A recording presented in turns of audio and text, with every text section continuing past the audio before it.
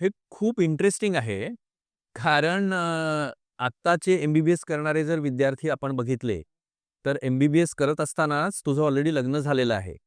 अ, मला माहिती आहे तसं एम-बी-बी-एस करत असतानाच तुला मोठी मुलगी पण एम-बी-बी-एस तरी झाली होती. त्यामुळे एम-बी-बी-एस करणाऱ्या विद्यार्थ्यांनी सुद्धा हे बघायला पाहिजे किंवा करियर करत असताना आपलं मॅरिड लाईफ कसं मॅनेज करायचं ह्या व्यक्तीने सुद्धा हे बघायला पाहिजे. कारण आता ना ह्या एपिसोडमध्ये तुझं मॅरिड लाईफ त्यातल्या स्टोरीज मला ऐकायच्या आहेत आणि तेव्हा एम-बी-बी-एस तर आपलं चालूच आहे. ते काही सुटलेलं नाहीये.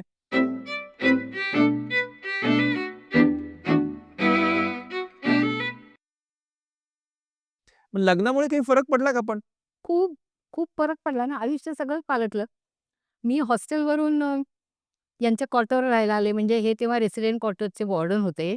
म्हणजे त्यांना राहायला एक खोली दिली होती विथ अटॅच्ड टॉयलेट. आता तू हसू नकोस, तुला हसूच येईल असे सगळे कथा असणार आहेत. आणि मग ते त्या खोलीवर राहायला लग्नानंतर आम्ही गेलो आणि मी हॉस्टेलवरनं माझे चहा-साखरेचे डब्बे आणि स्टोव्ह आतलं सगळं येऊन त्या खोलीवर राहायला आले. आणि तेव्हा ह्यांची सगळी फॅमिली म्हणजे त्यांचे आई-वडील, माझे सासू-सासरे आणि एक गतिमंद दीर होते. ते सगळे मंगळवार पेठेत राहतात. तिथेही 2 खोल्या आहे. ह्यांची पण परिस्थिती काय खूप चांगली नव्हती. अगदी लोअर मिडल क्लास म्हणायला हरकत नाही. ते सगळे माझ्याकडे राहायला आले. एकच खोली होती. म्हणजे सासू-सासरे, ते दीर, आम्ही दोघं 5 जण. तुला म्हणजे आता कोणाला सांगितलं तर खरं वाटणार नाही. मग आम्ही हॉलमध्ये रांगेने झोपायचो. म्हणजे आधी बापू म्हणजे सासरे, मग माई, म्हणजे सासूबाई, सासूबाई, मग दीर. दीर, ते जे गतिमंदी, नंतर हे, मग मी. आम्ही असे रांगेने गाद्या टाकून हॉलमध्ये झोपायचो. असे बरेच दिवस आम्ही झोपत होतो. आणि मग नंतर ह्यांनी ते हॉस्टेलचे वॉर्डन होते. मग एक त्या हॉलमध्ये मध्ये पार्टिशन करून घेतलं. आणि पार्टिशनच्या पलीकडे जे किचन कम आमची बेडरूम झाली. मग तिथे एक पूर्वी ते लोखंडी कॉट असायचे. त्याला डबल कॉट म्हणायचे. म्हणजे ते डबल नाही, दीडपट साधारण पाहिजे. लोखंडी कॉट त्या पार्टिशनला लागून ठेवली. मग तिथे आम्ही दोघं झोपायला लागलो. बाकीचे बाहेर खाली गाद्या टाकून झोपायला. अशी आमची सुरुवात झाली. आणि संसार सुरुवात म्हणजे काहीच नव्हतं. मग आम्ही दर महिन्याला ठरवायचो, की ह्या महिन्यात थोडं सेव्हिंग करून काय आणायचं. त्यांना स्टायपेंड होता. माझी ते स्कॉलरशिप जे काही होते तेच. त्यांचं स्टायपेंड होतं. स्टायपेंडमधनं मग ते पूर्वी डालडाचे डबे मिळायचे पिवळे, ते आणायचे. मग ते बिस्किटाचे चौकोनी डबे, ते आणायचे. मग पुढच्या महिन्यात आपण गॅस घेऊया, गॅस सिलेंडर. असं करून आम्ही एक, एक, एक, एक, एक, एक जमवून संसार सुरू केला. असं सुरू केलं आणि मग कॉलेजचं काही चुकलं नाही जायचं. आणि एकदा आम्ही अहमदनगरला गेलो होतो. ह्यांचा मित्र होता करंदीकर आणि तिकडे अचानक दरोडा पडला. अरे बापरे! मोठा. माणिक सिंग त्यांना खूप मारलं वगैरे आणि आम्ही आतच होतो. आणि मोठमोठ्याने दरोडा आयुष्यातला पहिल्यांदा अनुभवला. ते मोठमोठ्याने ओरडते, "अंदर का?" आणि हे ओरडायला लागले होते, "चोर, चोर! अंदर का आदमी चिल्ला रहा है." मग बाहेरनं कडी लावली होती म्हणून आम्ही वाचलो. त्यांनी आमच्या दरवाजाला बाहेरनं कडी लावली. आमची खोली सेपरेट होती तर. पण हे म्हणाले, "चोर आले, चोर आले." मग सगळ्या अंगात लग्न झालेलं होतं. पाटल्या, बांगड्या ते मी सगळं खाली फेकून दिले. आले तर अंगाला हात लावू नका, हे घ्या आणि फॉर्च्युनेटली ते आत आले नाहीत. पण ते it was very shocking experience. आम्ही बाहेर आलो तेव्हा त्या रक्ताच्या सारोळ्यात पडल्या होत्या. आणि ते आल्यानंतर तिकडनं आलो आम्ही. कितीतरी दिवस बाबा चोर, चोर करून रात्री उठायचे. आणि इट वॉज इम्पॅक्ट. आणि मग तेव्हा त्याच्यामध्ये सगळं ते आमचं कॉन्ट्रासेप्शन कुठेतरी बिनसलं. आणि मग कन्सेप्शन झालं. पण कन्सेप्शन आणि माझ्या वडिलांचा इतका माझ्यावर धाक होता, की शिक्षण पूर्ण व्हायला पाहिजे, लग्न झालं. कन्सेप्शन झालं, मी कळवलं पण नाही घरी. हे देवत आहे वगैरे. पण नंतर त्याला कळलं आणि मग त्यांनी चांगलं पत्र लिहिलं, की नाही तू प्रसन्न राहायला पाहिजे, छान राहायला पाहिजे. हे फायनल एम-बी-बी-एस, सेकंड एम-बी-बी-एस झालं तेव्हा लग्न झालं. फायनल एम-बी-बी-एस च्या वेळेला रेन्यू झाली फायनल एम-बी-एस. म्हणजे फायनल एम-बी-बी-एसच्या प्रॅक्टिकलच्या डेट्स प्रीपोन करून घ्याव्या लागल्या. एनी टाईम मी डिलिव्हर होऊ शकते म्हणून. पण माझे टीचर्सनी खूप काळजी घेतली. मला आठवतं सर्जरी प्रॅक्टिकल नंतर सुद्धा मी बाहेर येऊन थोडीशी अशी बसली होती उदास, थोडंसं डोळ्यात पाणी. आमचे जे एक्झामिनर इंटर्नल होते, डॉक्टर दातार सर म्हणून, ते बाहेर आले. मला म्हणले, "काही त्रास होतोय का? पेन्स वगैरे सुरू झालेत का?" मी म्हटलं, "नाही सर, माझं प्रॅक्टिकल चांगलं झालं नाही." "अगं काळजी करू नको, छान झाले तुझं प्रॅक्टिकल. तू पास आहेस." रात्री त्यांनी घरी मला फोन करून सांगितलं, "तू पास आहेस, काही काळजी करू नको." आणि एवढंच नाही, माझ्या एका कलीगला, तेव्हा आम्ही मेडिकल कॉलेजमध्ये असून मुलं-मुली बोलत नव्हतो. एका कलीगला मुलाला बोलून सांगितलं, "हिला घरी सोडव." त्यांनी घरी नेऊन रिक्षाने मला घरी सोडवलं आणि तो गेला. म्हणून म्हटलं की मी एक भाग्यवान आहे, की मला सगळ्या गोष्टी छान मिळत गेल्या. आणि रेणूचा जन्म झाला. रेणूचा जन्म झाल्यावर मग गायनिक पोस्टिंग होतं. 10-12 दिवसातच मी लगेच गेले पोस्टिंगला इंटर्नशिपमध्ये, घाबरून रिपीट लागू नये म्हणून. अंजनेलू सर होते गायनेक. ते म्हणाले, "no, no, no, no, it's just 12 days. You go and take rest. Don't worry about completion." असं त्यांनी मला अगदी काळजीपूर्वक सांगितलं. "You take take care, take care, take good nutrition" वगैरे. ते छान अनुभव होता आणि आत्ता रेट्रोस्पेक्टिव्हली उलट मला वाटतं, की छान झालं, लवकर झालं ते. किती छान लहान वयातच मी छान सेटल झाले ना आयुष्यात. काहीच बिघडलं नाही माझं. सगळं छान झालं. कुठे बिघडलं काही? नाही, डिमांडिंग असेल पण, की अभ्यास पण करायचा, बादच बादच बाळंतपण पण करायचं स्वतःचं आणि आणि घरातली कामं मला वाटत चुकत नसतील. तुमची तर अगदी रायते फॅमिली म्हणजे आमची फॅमिली तशी ऑर्थोडॉक्स आणि केवळ ट्रेडिशनल म्हणजे बाईनी घरातलं काम केलंच पाहिजे. त्याच्यातनं तर सुटका नाहीच. रडत-खडत केलं, रडत-रडत करायचं आणि सगळे पहिले वर्ष म्हणजे सण-वार केलेच पाहिजेत. सगळे काही घरी यायला पाहिजे, पाहुणे-रावळे हे सगळं होतंच. आणि बाबा तुझे फार सोशल, मित्रमंडळींना घरी बोलवा, चहा-पाणी कसा मला आठवतं म्हणजे एकदा त्यांनी तेही खूप स्वयंपाकातला काही न कळणार आणि मलाही काय फार स्वयंपाकाची सवय नव्हती. मग सासूबाईंनी सगळं हळू-हळू एक-एक, एक-एक शिकवलं. तर हे आले मित्रांना घेऊन आणि खायला काहीतरी कर म्हणाले. म्हटलं काय करू? त्यांनी मला सांगितलं साबुदाण्याची खिचडी कर. त्यांना आवडत होती. ते कधी साबुदाण्याची खिचडी केली नव्हती. पोहे केले होते. पोहे करतात तशी मी साबुदाण्याची खिचडी केली. साबुदाणा भिजवला, कांदा-बिंदा चिरला आणि मस्त हळद-बिळद घालून साबुदाण्याची खिचडी केली. त्या लोकांनी खाल्ली. कांदा घालून साबुदाण्याची खिचडी, हळद घालून. तुम्ही साबुदाण्याची खिचडी कांदा घालता. म्हटलं तुमचा उपवास आहे का? ते म्हणले नाही. मग छान लागते. म्हणजे डिफेंड करायचा मी केले ते छान. आणि सगळ्यांनी खाल्ली. म्हणजे माझी तेव्हाची कांदा घातलेली साबुदाण्याची खिचडी ही खूप घरात पॉप्युलर झाली होती. असं मी एक-एक, एक-एक स्वयंपाक करता शिकले. पण झालं माझं काहीच प्रॉब्लेम आला नाही. 3rd एम-बी-बी-एस पण खूप छान, इंटर्नशिप पण खूप छान पार पडली. आणि रेणू असल्यामुळे मी घाई-घाईने यायची. त्यामुळे मला खरं तर रिपीट पण दिली होती इंटर्नशिपला. वाघोलीला पोस्टिंग होतं पी-एस-सीचं 6 महिने. पण ते मग मी पी-एस-एममध्येच लेक्चररची पोस्ट घेतल्यामुळे माझं ते हे करून टाकलं, डिलीट करून टाकलं. आणि इंटर्नशिप संपली. नेक्स्ट डेला I joined as lecturer in PSM. मला गायनिक मिळत होतं. पण मी गायनिक केलं नाही. It was a thoughtful decision, की मला बेबी आहे, मला प्रपंच आहे, तर मला इमर्जन्सी ब्रँच नको आणि मला पी-एस-एम आवडायचं. पण तुझ्या बाबांनी अपोज केलं, "काय पी-एस-एम?" त्यांना पी-एस-एम सब्जेक्टच नव्हता. त्यांना एक क्वेश्चन असायचं मेडिसिनमध्ये. त्यामुळे पी-एस-एम काय? मी म्हटलं, "नाही, मला प्रिव्हेंटिव्ह सोशल मेडिसिनच करायचंय. मला ते आवडतं." आणि मला पी-एस-एम शिकताना आम्हाला इन्फेक्शियस डिसीज वॉर्डमध्ये पोस्टिंग असायचं, इम्युनायझेशन सेंटरला पोस्टिंग असायचं. ते मला आवडायचं. म्हणून मी बाय चॉईस पी-एस-एम घेतलं. त्याच्यामध्येच डी-पी-एच केलं. त्याच्यामध्येच एम-डी केलं. त्याच्यामध्येच डी-एन-बी केलं आणि I am not repenting. I am very happy with my choices and career आणि बॅलन्स करू शकले कारण सासू-सासरे घरात होते. करावंही लागलं त्यांचं आणि त्यांनीही केलं माझ्यासाठी. It is mutual, win-win. हो, म्हणजे तू कदाचित हे सगळं बॅलन्स करू शकलीस कारण कॉलेजमध्ये सगळ्यांनी तुला छान सपोर्ट केलं येस आणि आणि घरातही सपोर्ट. घरातही सगळं सपोर्ट अगदी, करू अगदी शकलं. बरोबर. म्हणूनच मी म्हटलं मगाशी, की मी भाग्यवान आहे, की मला सगळी चांगली माणसं अवती-भोवती भेटली. पण आता कधी असं वाईट वाटत नाही मी गायनेकॉलॉजिस्ट नाही झाले म्हणून? अजिबात नाही. अजिबात नाही. मला उलट आनंद वाटतो, की ते तुमचे एकूण क्लिनिकल साइडचं बघून इमर्जन्सी. बेसिकली मी सांगू का, इव्हन इंटर्नशिप करत असताना आम्हाला तेव्हा टार्गेट असायचे फॅमिली प्लॅनिंग ऑपरेशनचे. ट्युबेक्टमी 6 करायचे वर्षभरात 6 महिन्यात. मॅसेक्टमी करायची. मी काहीही केलं नाही. कारण मला घरी पळायची घाई होती. रेणू लहान होती. मग मी माझ्या कलीग्स होते मीना कुलकर्णी आणि किशोरी दोघींनी गायनिक केलं नंतर. त्यांना मी द्यायचे माझ्या वाटणीत, "तू 3 कर, तू 3 कर" आणि मी घरी पळायचे. मला ते ब्लड ऑपरेटिव्ह मला कधी आवडलं नाही. मला टीचिंग आवडलं. अजूनही बडबड करायला आवडते. तुम्ही लिहायला सांगू नका किंवा ते ऑपरेटिव्ह काही करायला सांगू नका. मी ते केलं नाही आणि I am not repenting. I am happy की I have chosen a nice subject. आणि मला हेही आठवतं की मिरजला मी टीचर असताना अजून मी एम-डी केलं नव्हतं. मी उशिरा केलं MD. Because I have given priority to my family first. माझ्या मॅडम आल्या होत्या मिरजेला. त्या मला म्हणाल्या, "अगं काय चाललंय तुझं? सासू-सासरे, मुलं-बाळं करत बसली. एम-डी करायचं नाही का? चल माझ्याबरोबर सगळं सोड आणि एम-डी कर पुण्याला बी-जेला. कुठे गेलं तुझं मेरिट?" मी म्हटलं, "मॅडम मला करायचंय पण सोडून नाही. हे सगळं सांभाळूनच मी करणार आहे." असं मी त्यांना सांगितलं आणि मी केलं. सो ह्या मॅरिड लाईफचा एक टप्पा होता जेव्हा आम्ही लहान होता. लहान होतो. त्याच्यात सारखी ट्रान्सफर पण होत असेल. म्हणजे हे मला जे आठवतंय यातला बराचसा हो, टप्पा हा पुण्यातला आहे. हो. पुण्याहून ट्रान्सफर मुंबईला झाली. ग्रँड ते मेडिकल कॉलेज बॉम्बे. माझा जन्म झाला. हो. मुंबईहून ट्रान्सफर मिरजेला झाली. V-M medical college Solapur. बरं. तिथनं थोड्याच दिवसात गव्हर्नमेंट मेडिकल कॉलेज मिरज. मग पुन्हा सोलापूर. मग मध्येच अंबेजोगाई. आमचं काही कुठे लागेबंधे नव्हते, नाहीच अजूनही.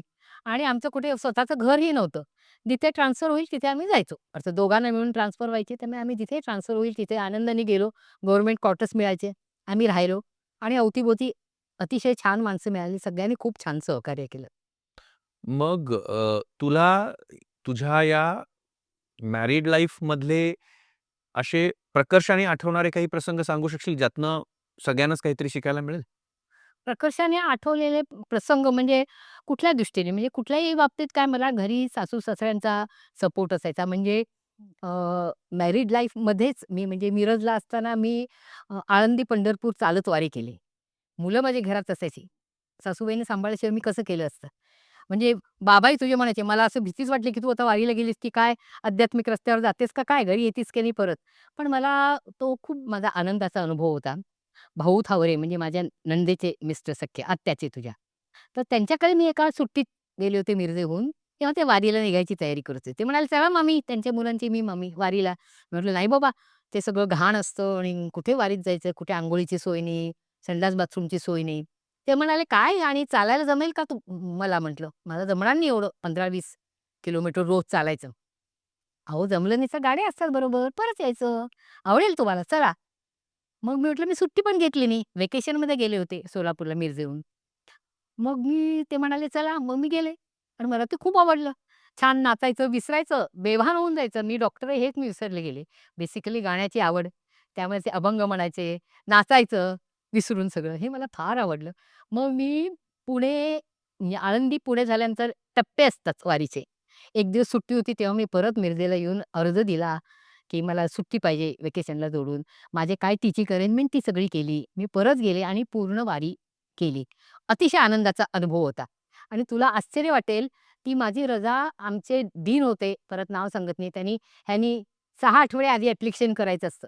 केलं नाही लिव्हला ॲप्लिकेशन म्हणून नामंजूर करावी असं लिहिलं आणि वरून ती नामंजूर होऊन गेली. मी परत त्याला उत्तर लिहिलं. मी म्हटलं ना, मी कधीच घाबरले नाही. प्रत्येक गोष्टीला उत्तर लिहिलं.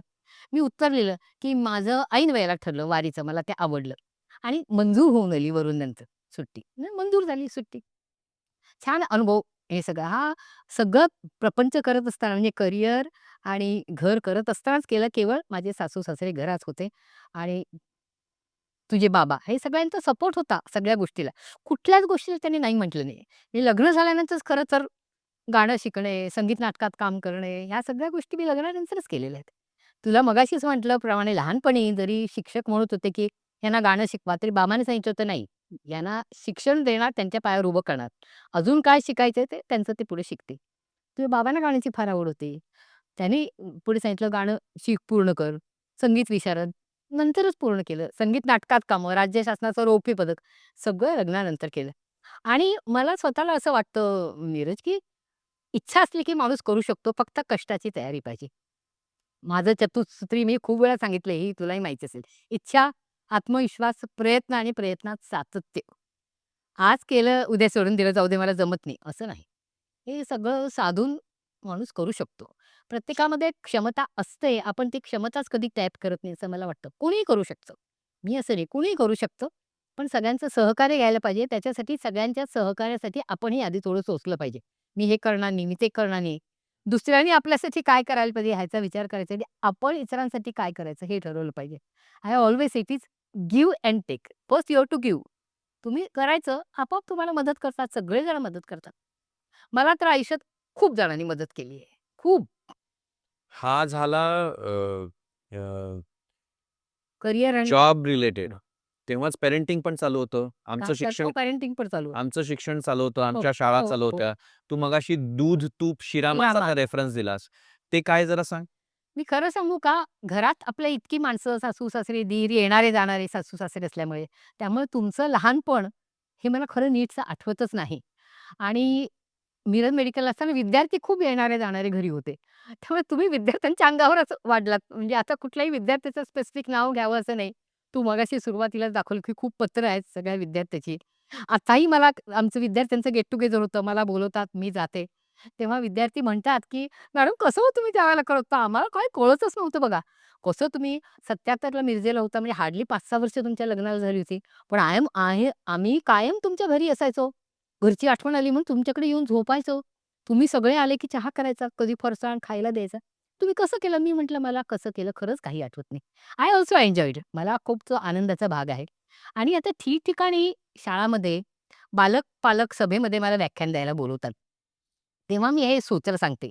दूध, तूप, शिरा, मासा, स्वाहा. दू म्हणजे मुलांकडे दुर्लक्ष करू नका.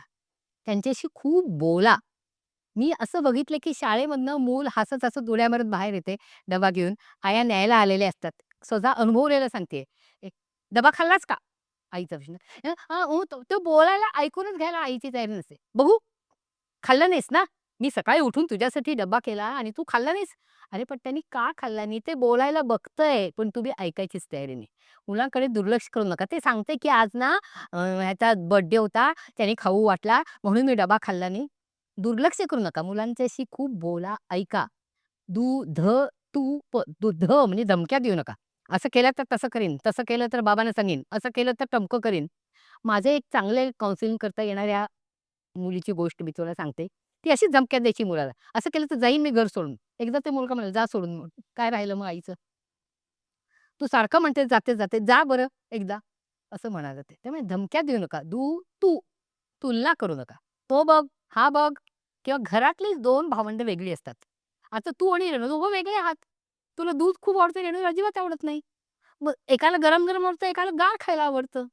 घरातलीच 2 मुलं वेगळी असतात. एकच जेनेटिक कॉन्स्टिट्यूशन असलं तरी.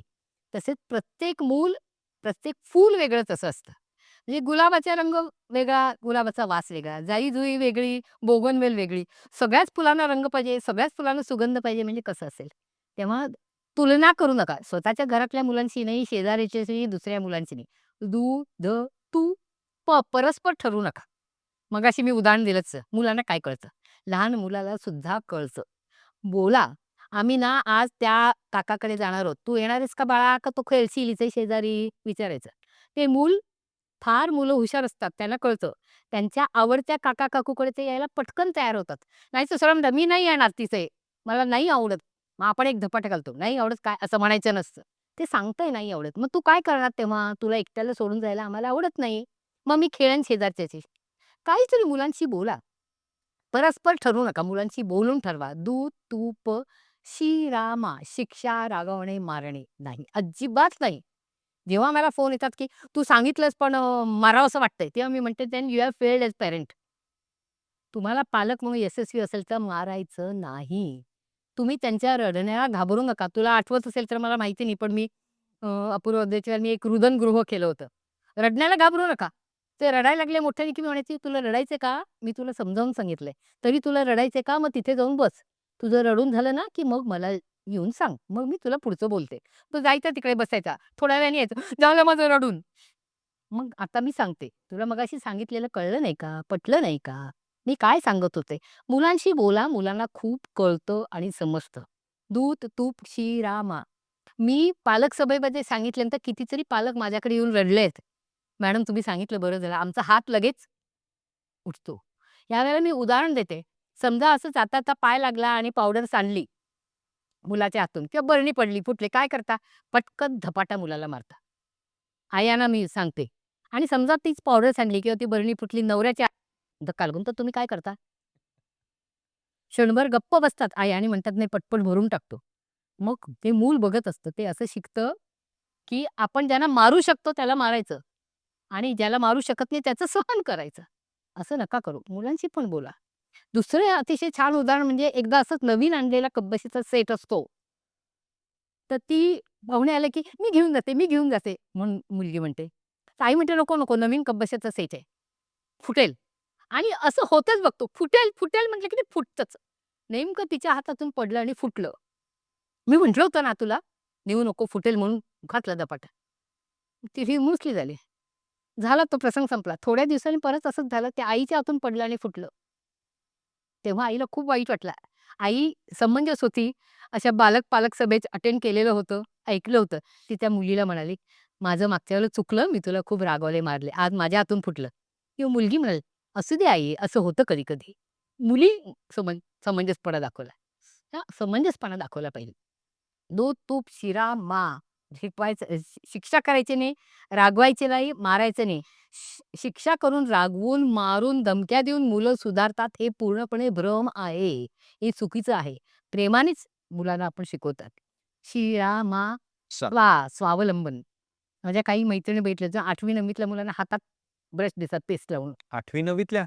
मी तर 25 वर्षाच्या मुलांना सुद्धा आया घेऊन येताना बघितलेलं आहे. दप्तर भरून देतात, बूट घालून देतात. आता त्यांना येत नाही का घालायला? स्वावलंबन शिकवा. तुझं तू कर. लहान मूल 3-4 वर्षाचं त्याचं त्याला खाऊ दे, भले सांडू दे. तुम्हाला थोडं कष्ट पडतील आवरायचं. आता माझ्याकडे छोटी 3-4 वर्षाची मुलं येतात. त्यांच्याबरोबर आले म्हणतात, "ते तो सांडेल." सांडू दे म्हणते, मी काढायला तयार आहे. तो टेबलावर चढून बसतो आणि सगळं त्याच्या हाताने घेऊन खातो, थोडं सांडतो, त्याला चमचा दिला चमच्यानी खातो आणि परत आपणच भरतो त्या बशीत आणि नेऊन ठेवतो. स्वावलंबन शिकवा, मुलांना शिकतात. स्वाहा आणि हसतमुख राहा. सारखं रडकुंड, कंप्लेंट, सारखं कुरकुर करायची सवय लावू नका मुलांना. हसायला काय जातं? अगदी छान. आता तुझ्या ह्या विषयाशी संबंधित आहे काय माहिती नाही. पुढे सुद्धा निघेल. पण मी नेहमी सगळ्यांना सांगत असते, की तुम्ही रागावणे हे नाही. कायम डोक्यात बर्फाचा खडा, तोंडात साखरेचा खडा, प्रेमाचा खडा. Ice factory, sugar factory, love factory, then life becomes satisfactory. प्रेमाने वागा सगळ्यांशी. दूध, तूप, शिरा, मासा, स्वाहा हे मुलांना वाढवतानाचं तंत्र. आणि मला असं आठवतंय, मला ते तुला मला मारल्याचं काही आठवत नाही. मलाही आई-वडिलांनी मारल्याचं आठवत नाही. आणि मीही माझ्या मुलांना कधी मारलं नाही. बस मग मला असं वाटतं, की ही मारणं ही संस्कृती अजून मी म्हटलं ना, की मेडिकल कॉलेजमधल्या स्टुडंट्सना मी बघितलंय स्वतः छड्या मारताना, पालक येऊन. अरे काय चाललंय? हे असंस्कृतपणा आहे. तुम्ही तुमचा इगो, तुमचा कंड क्षमता असं म्हणते मी मारायचा. अजिबात मुलांना मारू नये किंवा धमक्या देऊ नये, शिक्षा रागवणे, अंगठे धरून उभं राहा, हात वर नो, अजिबात नाही, असं मला वाटतं. माझे कदाचित विचार जुने असतील, नव्या पिढीला पटतील, नाही पटतील. माझ्याशी येऊन काही जण वाद घालतात माझेच विद्यार्थी. त्याच्याशिवाय मुलं शहाणी होत नाहीत. म्हटलं तुम्ही दुसरा करून बघितलाय का प्रकार न मारता? तुम्हाला असं वाटतं, मारल्याशिवाय होतच नाही मॅडम, असं म्हणतात. त्यांच्यात तर डोक्यात बसलंय मारल्याशिवाय होतच नाही. आता तसं नाहीये. मारायचं नाही बिलकुल. चुकून एखादा बरमी मार लागू शकतो. मग तुम्हालाच वाईट वाटतं ना नंतर. If you beat your child, तुम्ही मारलं तर you have failed as parent. पालक म्हणून तुम्ही नापास, असं माझं सरळ म्हणणं आहे. पेरेंटिंगवर अख्खा एक एपिसोड करू शकू, कारण माझा स्वतःचा अनुभव आहे. मी खूप काही शिकलेलो आहे तुझ्याशी चर्चा करून किंवा माझ्या स्वतःच्या अनुभवातनं. पण तेवढा आपल्याकडे वेळ नाही. वेळ नाही. तुझं शैक्षणिक आयुष्य, तुझं पेरेंटिंग ह्याच्यात कुठेतरी ॲज अ स्त्री म्हणून तुला काही तुझ्या आयुष्यात चॅलेंजेस फेस करायला लागले का? मग ते सासू-सासऱ्यांमुळे असतील किंवा जॉइंट फॅमिलीमुळे असतील किंवा बाबांच्या स्वभावामुळे असतील आणि त्याच्याशी तू कसं कोप अप केलंस? मी मगाशीच म्हटल्यामुळे आपल्यामध्ये पूर्ण क्षमता असते खूप. आपल्याला आत्मविश्वास हवा, की आपण सगळं करू शकतो. माझं तर सूत्रच एक आहे, nothing is impossible. Everything is possible. त्यामुळे सगळं करायचं. बाबांचा स्वभाव खूप सोशल होता. बाबांचा स्वभाव खूप खर्चिकी होता, तुला माहिती असेल तर. त्यांना खूप खर्च करायला आवडायचे आणि त्यांनी कधीही कुठल्याही फायनान्समध्ये लक्ष घातलं नाही. ते सरळ म्हणायचे, "मला काही ते जमत नाही. ते तू बघ, तुझं बघ." आमची एक घरात पेटी होती, तेही तुला माहिती नसेल. त्याच्यात पैसे अवेलेबल पाहिजेत कायम मला. आणि त्यांचा स्वभाव होता, कुणी आलं त्याला नमस्कार केला, कौतुकाने सांगितलं, की मी परीक्षा पास झाली, की त्या खिशातनं काढून पैसे द्यायचे. मग त्याचं नशीब ₹100 असलं तर 100, ₹500 नोट असेल तर 500.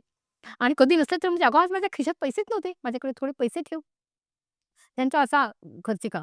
पण मी ते कोप केलं. मी कधी-कधी पुन्हा हे म्हटलं, कधी न बोललेली गोष्ट मी बोलतीये, की घरातले काही-काही 1 ग्रॅम, 2 ग्रॅम असं सोनं घेतलेलं सुद्धा मी बाहेर जाऊन विकून पैसे आणून मॅनेज केलेले आहेत घरातल्या गोष्टी.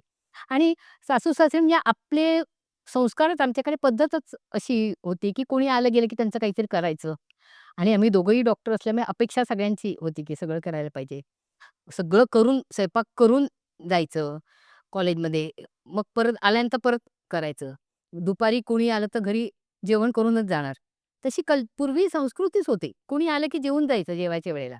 आजकाल कुठे गेलं की विचारतात, "तुम्ही किती पोळ्या खाणार?" आजचं बरोबर आहे, वाया जाऊ नये म्हणून तसं विचारणं बरोबर आहे. पण तेव्हा तसं नव्हतं. भरपूर सकाळी किमान पोळ्या आणि चटणी तरी टेबलवर तयार पाहिजे. संध्याकाळी आल्यानंतर बघायच्या किती पोळ्या शिल्लक आहेत, त्यामुळे रात्रीचा स्वयंपाक करायचा. कमी पोळ्या की लक्षात यायचं दुपारी कोणीतरी घरी येऊन गेले. सासू-सासरे माझ्याकडे असल्यामुळे येणारे-जाणारे खूप होते आणि अशी पद्धतच होती, आले की जेवण करून जा म्हणायचं. बघितल्यानंतर कळायचं, की पोळ्या कमी झाल्यात म्हणजे कोणीतरी दुपारी जेवायला होतं. मग विचारल्यानंतर गप्पा मारता-मारता कळायचं, की कोण येऊन गेलं, कोण जेवून गेलं वगैरे. असं सगळं त्यामुळे केलं सगळं. सगळे सासू-सासऱ्यांचा सपोर्ट होता, ते करिअर सगळं. मी म्हटली इच्छा असली, की मला वाटतं माणूस करू शकतो. असं काही कुठे मला खंत किंवा काही त्याचं दुःख नाही. छान झालं सगळं. लोकं यायचे, जायचे. मी सगळं करायचे. कसं केलं मला खरंच आता आठवत नाही. केलं खरं. सगळं केलं. म्हणजे संगीत नाटकात काम केलं ते मात्र मला आठवतं. मी सकाळचा स्वयंपाक करून जायची. गाण्याची प्रॅक्टिस, मग कॉलेज दिवसभर, संध्याकाळी यायचं, संध्याकाळचा स्वयंपाक करायचा, नाटकाची प्रॅक्टिस, रात्री येऊन झोपायचं, परत सकाळी सगळं करायचं. केलं सगळं कारण प्रत्येकामध्ये भरपूर क्षमता असते. माणूस कुणीही करू शकतो. मी केलं, कुणीही करू शकेल तशी परिस्थिती आली तर, असं मला वाटतं. ह्याचाच एक वेगळा कंगोरा आहे तो तू ॲज अ मेडिकल टीचर किंवा तू ॲज अ डीन म्हणून आहे. पण त्यालाही आपल्याला भरपूर वेळ लागणार आहे. हो. आत्ताचा आपला हा संवाद पण बराच वेळ चाललेला आहे. तर मला असं वाटतं की इथे थांबावं. हो की. कारण तुझ्या मॅरिड लाईफशी निगडीत नक्कीच सगळ्यांना काहीतरी इंटरेस्टिंग मलाही कळलेलं आहे. हो. टीचर म्हणून मला वाटतं की जो होणारा एपिसोड आहे तो सगळ्यात उत्तम असेल. आत्तापर्यंतचे झालेच आहेत. कारण ही सगळी जी पत्र आहेत, ही त्या विद्यार्थ्यांची पत्र आहेत. मला ती वाचायची आहेत. मी ती सगळ्यांना वाचून पण दाखवणार आहे. तर पुढच्या एपिसोडमध्ये आपण ते घेऊया. चालेल. ह्या एपिसोडमध्ये इथेच थांबूया. दूध, तूप, शिरा, मासा. स्वाहा. स्वाहा. स्वावलंबन आणि हसतमुख राहा.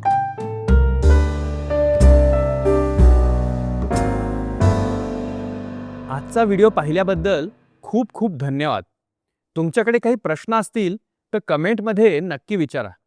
तुम्हाला हा व्हिडिओ आवडला असेल, उपयोगी वाटला असेल तर नक्की लाईक करा, शेअर करा आणि सबस्क्राईब करा.